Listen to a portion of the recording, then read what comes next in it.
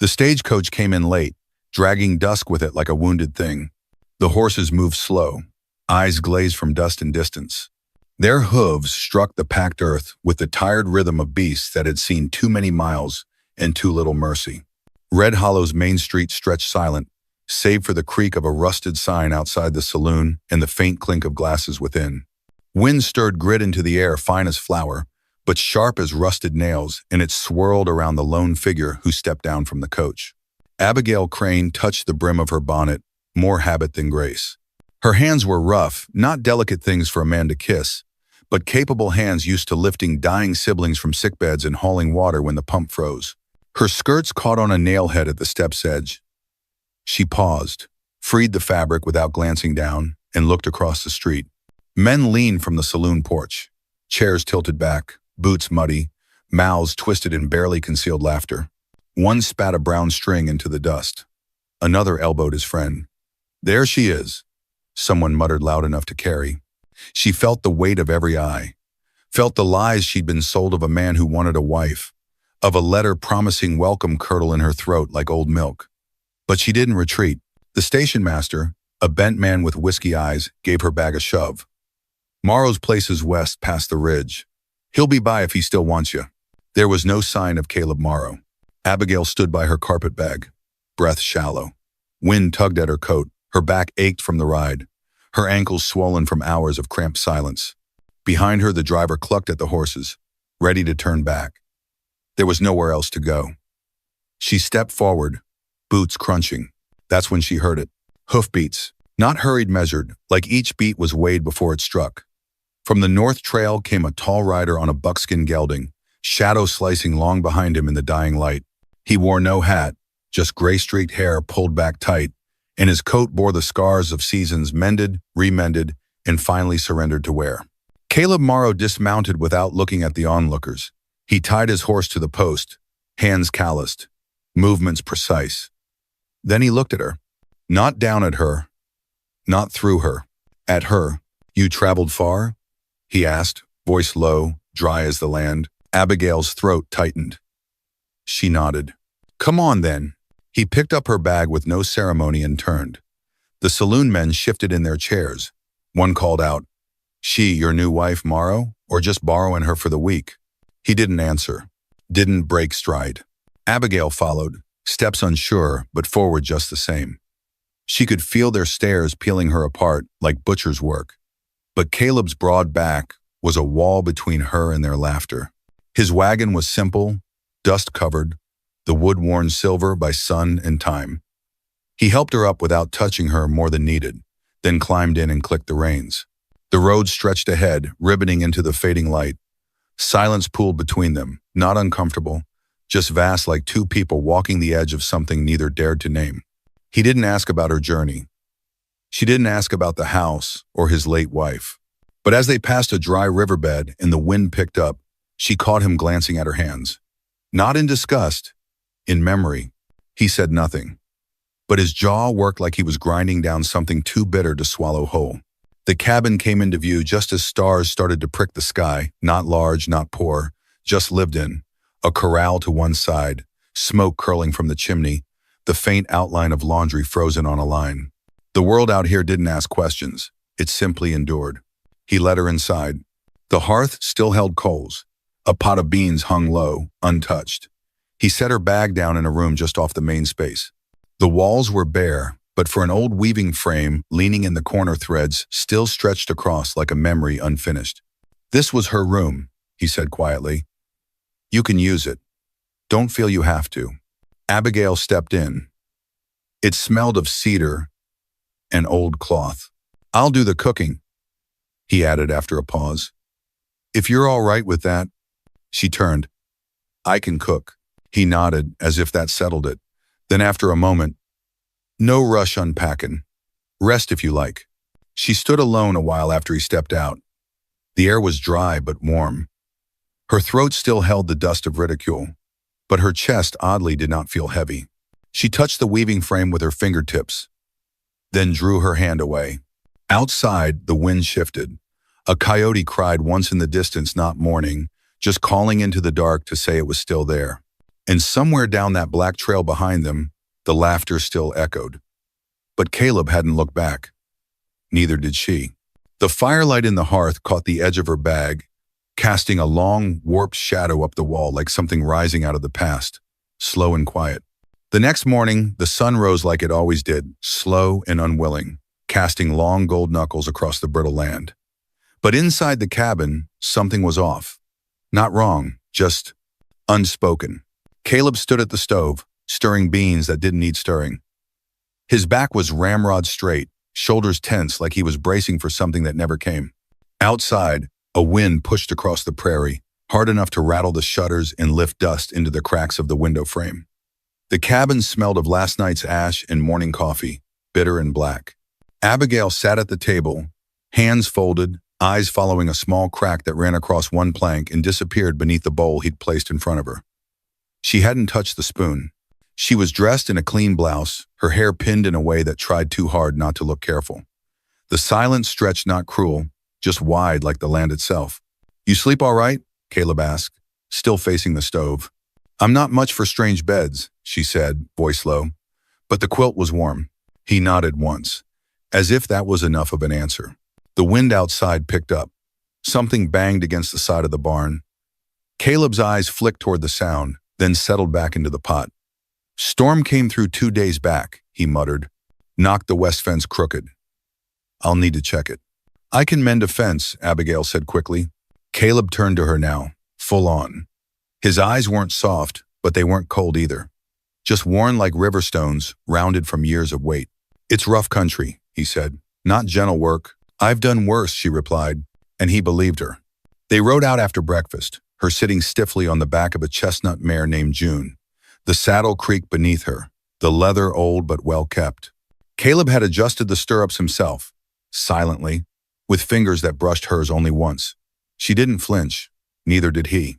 The trail behind the cabin wasn't a trail at all, just a memory of hooves in the dust and broken brush. Scrub cedar dotted the hills like stubborn thoughts, and the sky stretched vast and cloudless overhead, the kind of blue that swallowed secrets whole. "Never learned to ride?" Abigail said after a while, her voice nearly lost to the wind. "I figured," Caleb said. "You sit like a chair's under you." She made a sound, half a huff, half a laugh, and adjusted her weight. "Figured I'd break the poor thing's back." Caleb glanced at her sideways. "A horse carries heart, not weight. June's got plenty of both." They reached the fence after a long climb, the boards leaning like drunks after a long night. Caleb dismounted and handed her the reins. "You steady her. I'll lift the boards." He worked with quiet focus. Both heels dug into the dry slope, palms thick and scarred. Abigail stood by the mare, stroking her neck. The horse breathed slow and steady, like she knew something Abigail didn't. The sun beat down, and sweat crept along the back of Abigail's neck. She thought of her sisters, thin and pale and long gone now, and the way their skin had felt like paper beneath her hands. She thought of her mother's voice, soft only when she thought no one could hear. And she thought, not for the first time, of the man who had laughed when he read her letter, the one she never got a reply to. Caleb drove the last nail in and stood back. "That'll hold for now." She nodded, but her eyes stayed on the horizon, where a hawk circled slow above the buttes. "Why'd you take me in?" she asked suddenly. The question wasn't sharp. It just hung there, plain as dry laundry. Caleb didn't answer at first. He took off his hat, wiped his brow with the inside of his sleeve, and looked out at the fence line like he might find the words nailed to a post. "'Cause I knew what they were doing," he said finally, "and I don't like being used." Abigail nodded. That wasn't the whole answer, not by a long shot, but it was the part he could give right now. And maybe that was enough. They rode back slower, not out of tiredness, but because neither one had anywhere else to be. That night, Abigail stood at the doorway of her room, fingers brushing the frame. Caleb was sitting by the fire, a mug in hand, shadows flickering across his face like old ghosts. "Was this where she used to sit?" Abigail asked. He didn't turn, just looked into the flames. "No," he said. She liked the window. Abigail stepped in and pulled the curtain back. Moonlight spilled in silver and cold. The glass was smudged, not with dirt, but with the kind of marks time leaves when it forgets to clean up after itself.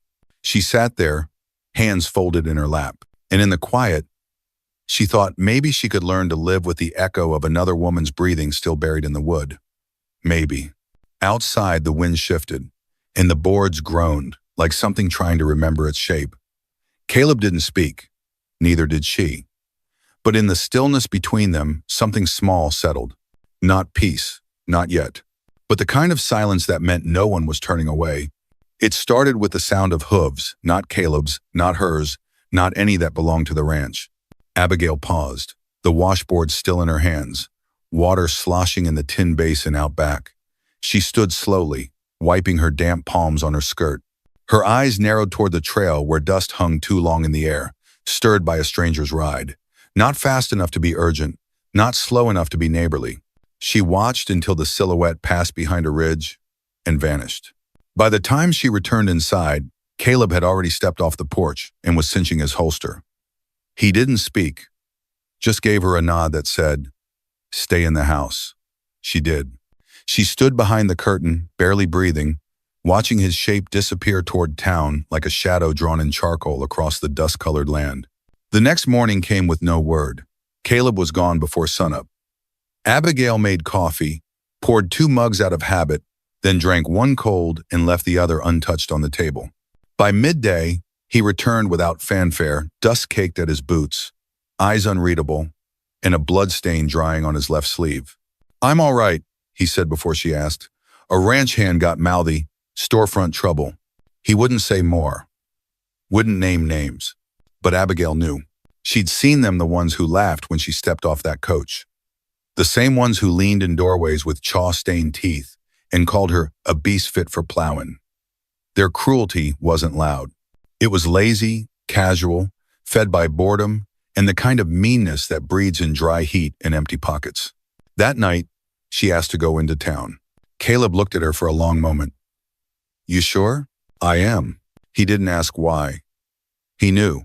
The next day, she wore her best dress, the one she'd mended twice already, the one with the lavender trim that reminded her of her mother's funeral scarf. She tied her hair back tight and kept her chin high, even as her heart kicked like a wild foal in her chest. They hitched the wagon near the general store. The town smelled of horses, sweat, and tobacco the same as always, but that day, it held something sharper. Attention. People stared. Some whispered. One man, the ranch hand Caleb hadn't named, hawked and spat in the dirt as she passed. "Caleb's taken pity on a mule," he muttered, not caring she heard. Abigail stopped, turned. The man grinned. Tooth missing. Before she could speak, a hand took hers, firm, warm from rope and saddle. "Caleb." He didn't say a word, just held her hand like it was the most natural thing in the world and kept walking. That hand in hers didn't tremble, but hers did. Inside the store, the whispers followed. Women clutching bolts of fabric looked away too slow, too obviously. One of them, a younger wife with gold curls and a tight waist, leaned into her companion and said just loud enough, "She must be good with pigs." Abigail said nothing. Didn't flinch. She kept her eyes on the clerk and asked for flour, salt, and tobacco. The old man behind the counter didn't look her in the eye, but he gave her what she asked for. Outside, the wind kicked up, and grit bit at her cheeks. She blinked back the sting and kept walking. "I can handle it," she said. "I know you can," Caleb replied. They rode back in silence, but not the kind that sits heavy. It was the kind that let roots take hold.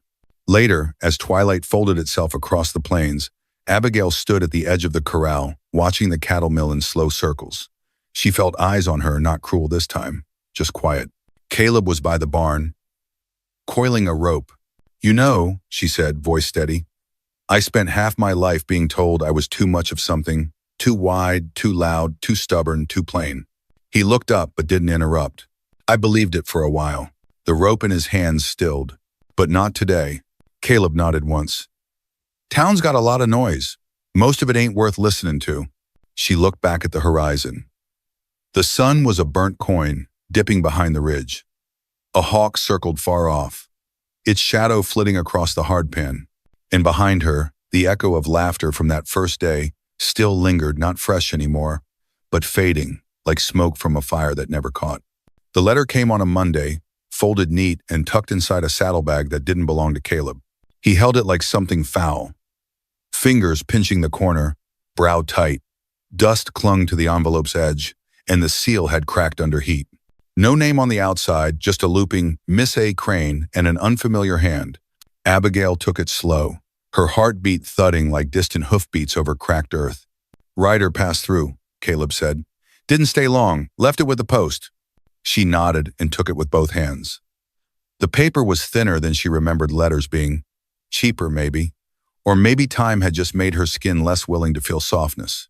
He didn't ask what it said. He didn't need to.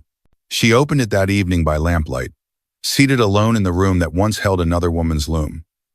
Outside, the coyotes were restless. Inside, the lamp hissed and cracked like it resented the silence. The handwriting was unmistakable. She hadn't seen it in 14 years, but memory has ways of preserving pain with cruel precision. "Abigail, I heard you'd gone west. Word travels odd. Sorry for how things ended back then. My wife passed last spring. I find myself needing company. Someone who can manage a household, maybe cook decent. You always did that well. If you want, there's a train stop near Abilene. I'll meet you there." Yona? "No, dear. No apology worth a damn. Just the same voice she remembered, cold, efficient, never quite able to say what it should." She read it twice. The second time slower. By the third reading, her hands shook not from hope, not even anger. Something deeper, a tired kind of disbelief. She folded the letter and stepped outside. Caleb was on the porch, carving a strip of leather with slow, measured strokes. His knife paused when she came near. "Jonah Tate," she said. Caleb didn't flinch. "I figured. He wants me to come back," she said. "Wants a housekeeper." The wind stirred, dry and bitter. Caleb's carving knife pressed deeper than it meant to. A notch split wrong in the leather. He looked down at the mistake, then set it aside. "You want to go?" She let the question hang. It didn't insult her. It honored her choice. "No," she said. "But I need you to burn it." Caleb stood, took the letter without a word. He walked to the edge of the yard, where the fire barrel sat half full of old fence scraps and ash from a week's worth of coffee grounds. He struck a match, waited for it to catch, and held the paper to the flame. It didn't burn fast. It curled like it resisted, like Jonah's words were too soaked in pride to die easy. But it burned. Abigail watched until it was gone, until the last curl of smoke vanished into a sky that didn't care one way or the other. Later, she sat at the table, shelling beans into a bowl. The rhythm steadied her. "I used to pray for a letter," she said, voice low. "Used to check the post every week. Thought maybe he'd changed his mind." Caleb sat across from her, hands still. "I told myself it was about closure," she continued, "but it was about shame. I just wanted to not be the girl he left behind because she was too round and too loud." She looked up, meeting his eyes. "Funny how it don't sting anymore. Just feels small." Caleb nodded, slow. "Some things shrink with time, or maybe we just grow past them." She smiled faintly. The beans clicked in the bowl like rain on tin. Outside, wind pushed at the shutters again. Same as the night before. Same as always. But something in the air had shifted, not the weather, but the weight of it. And though neither of them said it, the letter was still smoldering somewhere deep, not in the fire barrel, but in the places we keep old wounds that no longer own us. Just remind us what we survived. The wind changed before the storm showed its face. Caleb felt it in his bones first, the kind of warning that didn't need thunder to speak. The sky was too still. Birds had stopped calling. Dust hung in the air like breath held too long. He stepped onto the porch, eyes scanning the horizon. South and west, the clouds were building fat and low, dark as coal wagons. A dry storm. The worst kind. Inside, Abigail was sweeping the hearth. The sound of bristle against stone steady, unaware. He said her name. Kiet. She looked up, caught his tone, and set the broom aside without asking. They'd fallen into that rhythm now of understanding things that didn't need saying. He passed her a lantern, already lit, and she checked the oil with practiced hands. Her fingers didn't shake. Not yet. They secured the barn first. Caleb worked fast, cinching ropes, latching stalls. The cattle were already nervous, eyes wide, nostrils flaring to smells only beasts could read. He rubbed down the flanks of the youngest steer and muttered something low under his breath, not words, just reassurance. Abigail stood at the gate, her shawl caught in the wind. A bolt of lightning flickered to the east. Silent. For now. Just light. No voice. But then the thunder came long and low, like the land itself was groaning. By the time they made it back to the cabin, the air had shifted into something mean. It tasted like metal. The kind of wind that came to strip trees and shred crops. Abigail closed the shutters, fingers stiff. The latch stuck on the last one. She cursed under her breath, then froze the sound of her own voice too loud. She hated storms. Not because of the noise, but because of what they dragged out from under the skin.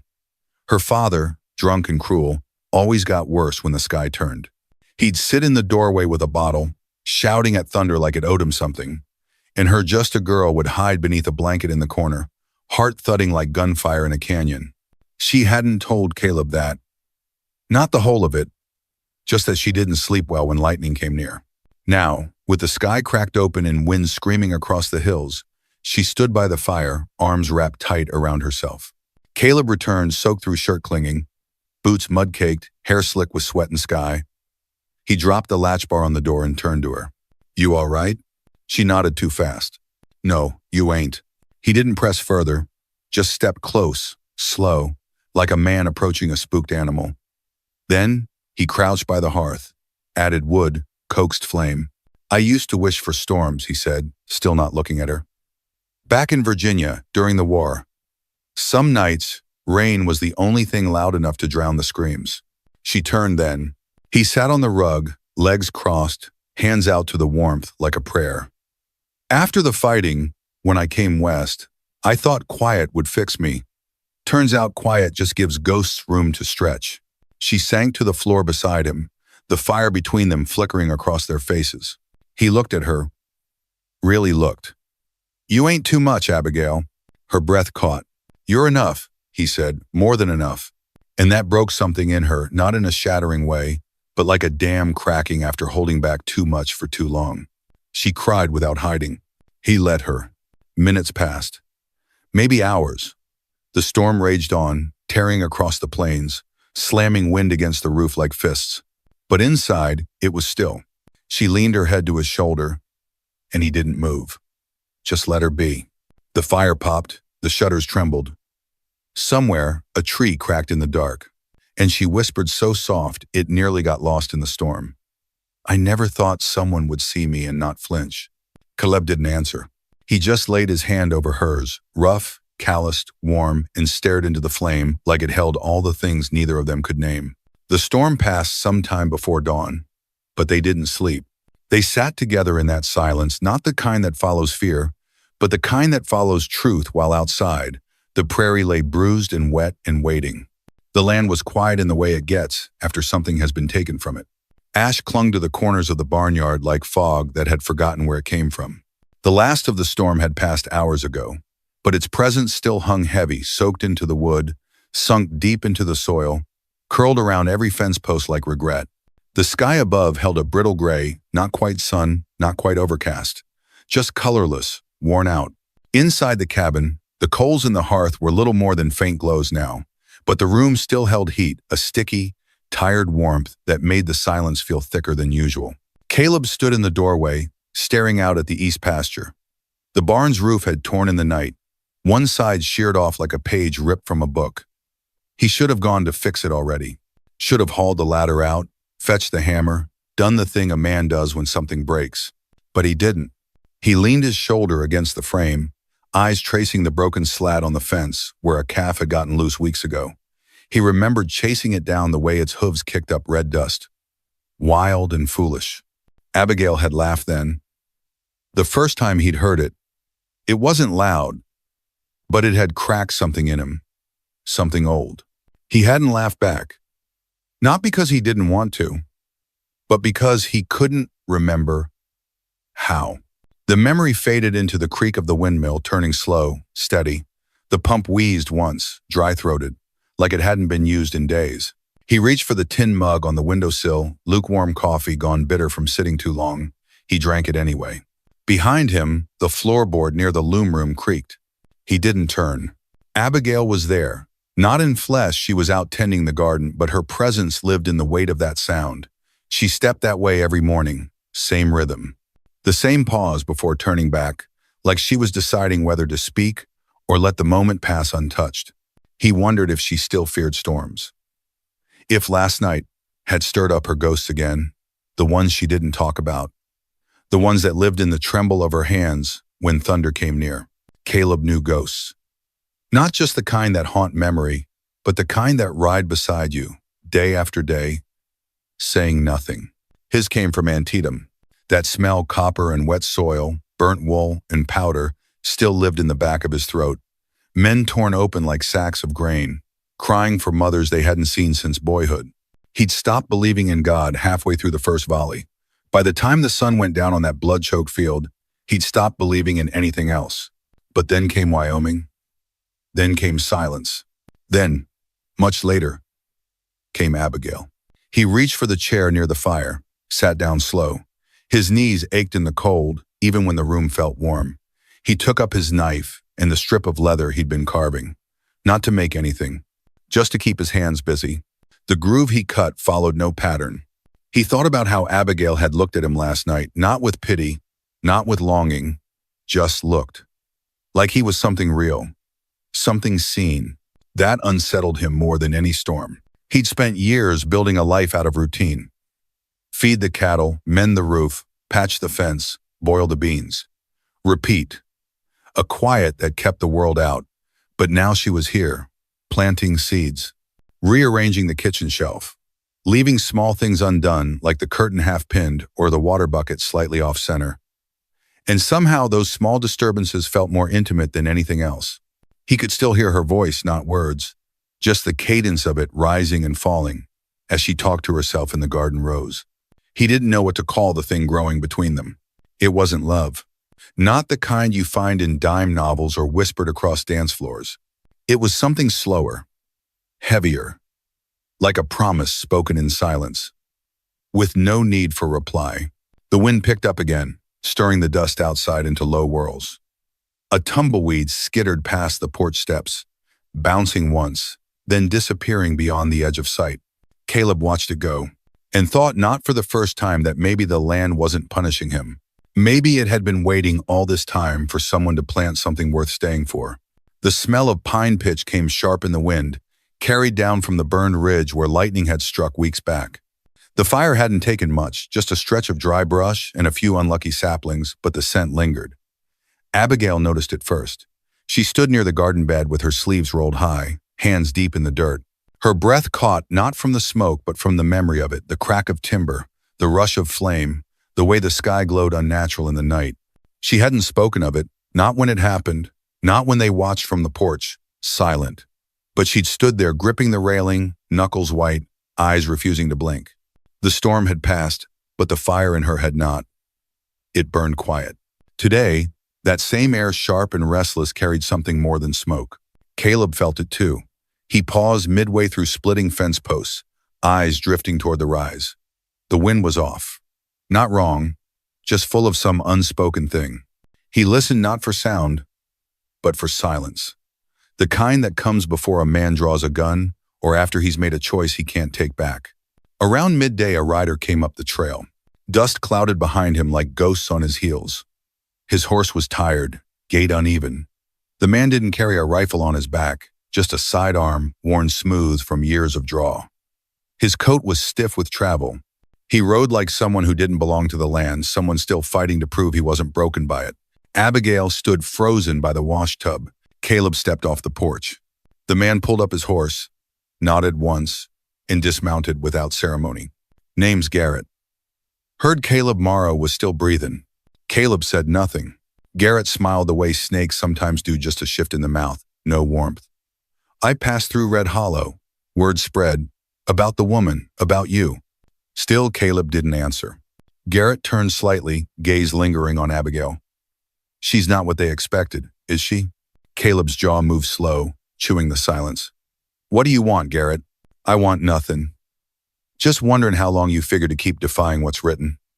This town remembers things, Caleb. Ain't quick to forgive. Caleb stepped forward. dust kicking up around his boots. You came all this way to warn me? I came to see if the man who used to outshoot every bastard in the valley still had his edge, or if he went soft playing house with a woman nobody else wanted. The air went still. Even the crows in the pines stopped calling. Abigail didn't move.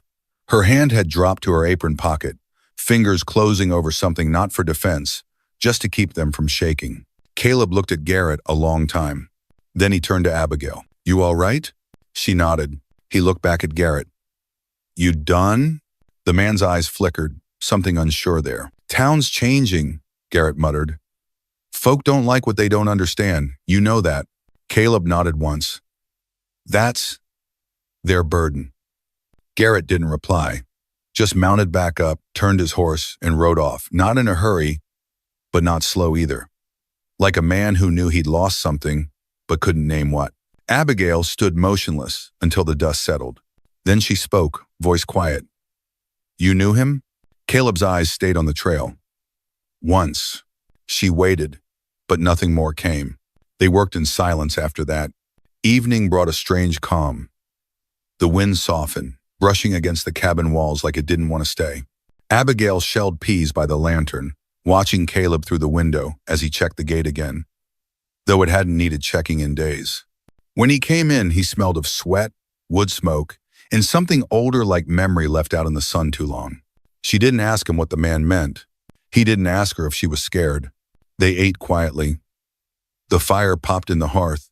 Later, long after night had covered the hills, Caleb pulled something from the drawer, a strip of leather worn thin, knotted in places, but polished at the center. He placed it on the table between them.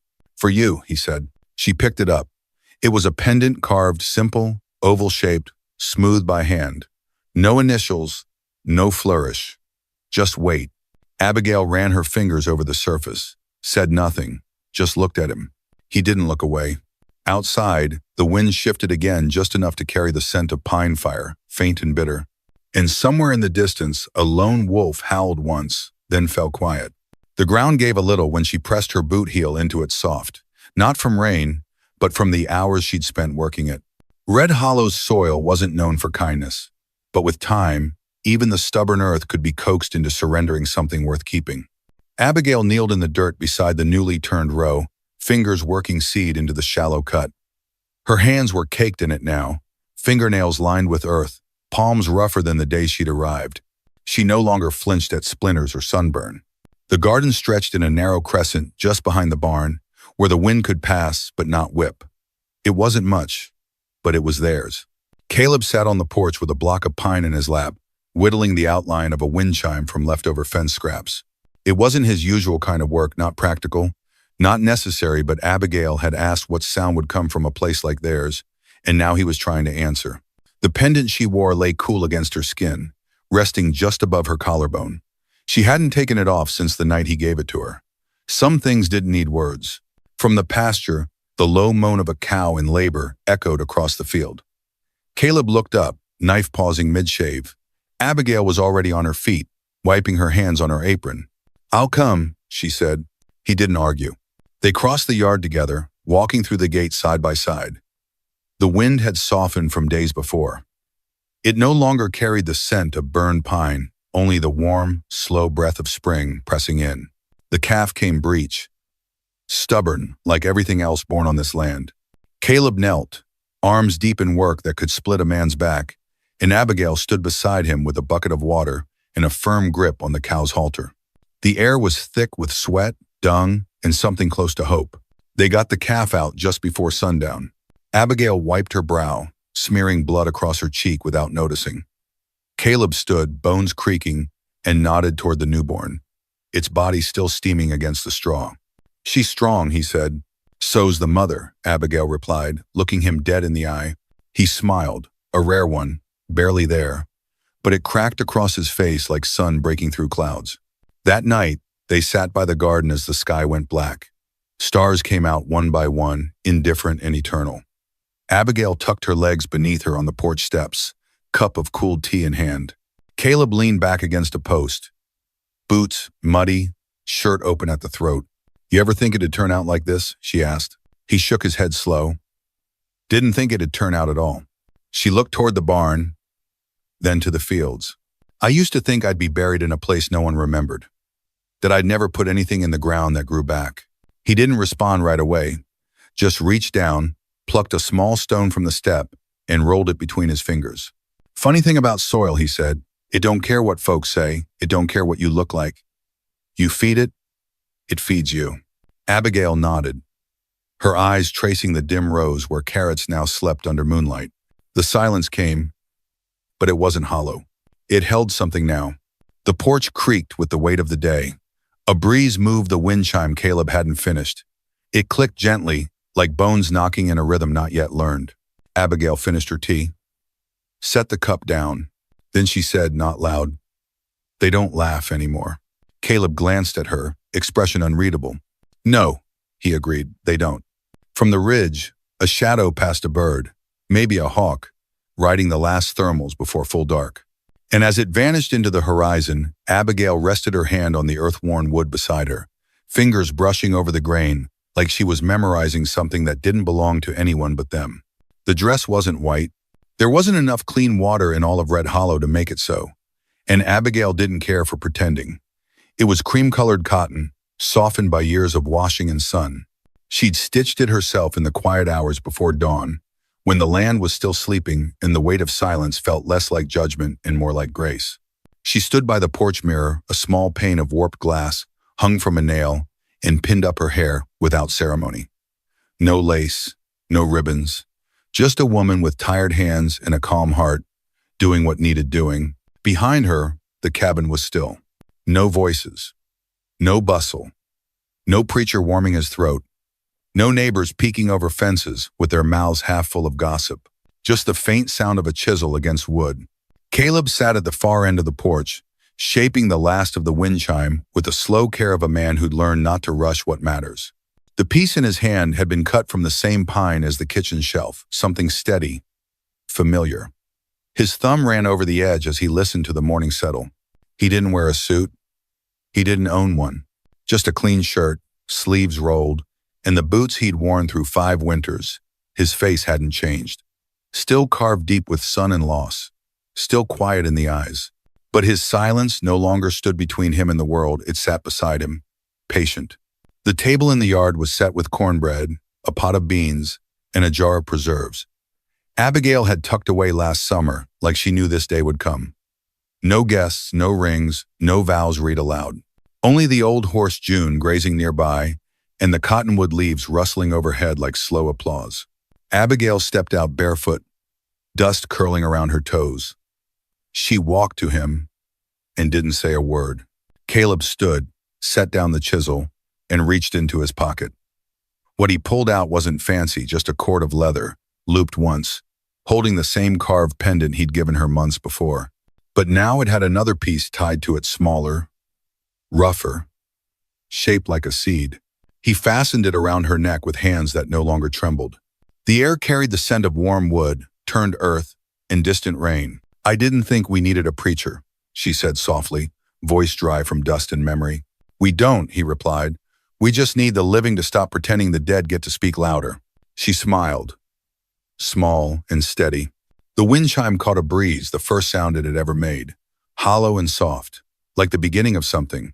Later, they sat on the porch as evening came down slow. Abigail leaned into his shoulder. Caleb watched the horizon, fingers brushing the worn edge of the armrest.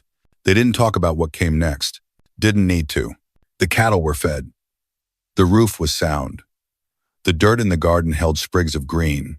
And in a town where no one had ever bet on either of them, they'd built something without permission, quiet, steady, undesired by the world, but damn near indestructible. When the sun finally dipped behind the far ridge, Caleb stood. He didn't say why, but Abigail followed. They walked the length of the property line, side by side, hands brushed, then laced. And as they passed the spot where she'd first seen him, tall, alone, backlit by dust and pity, she paused, looked to where the saloon had once echoed with laughter not meant for her, then turned away. The past didn't disappear, but it no longer dictated which way the wind blew.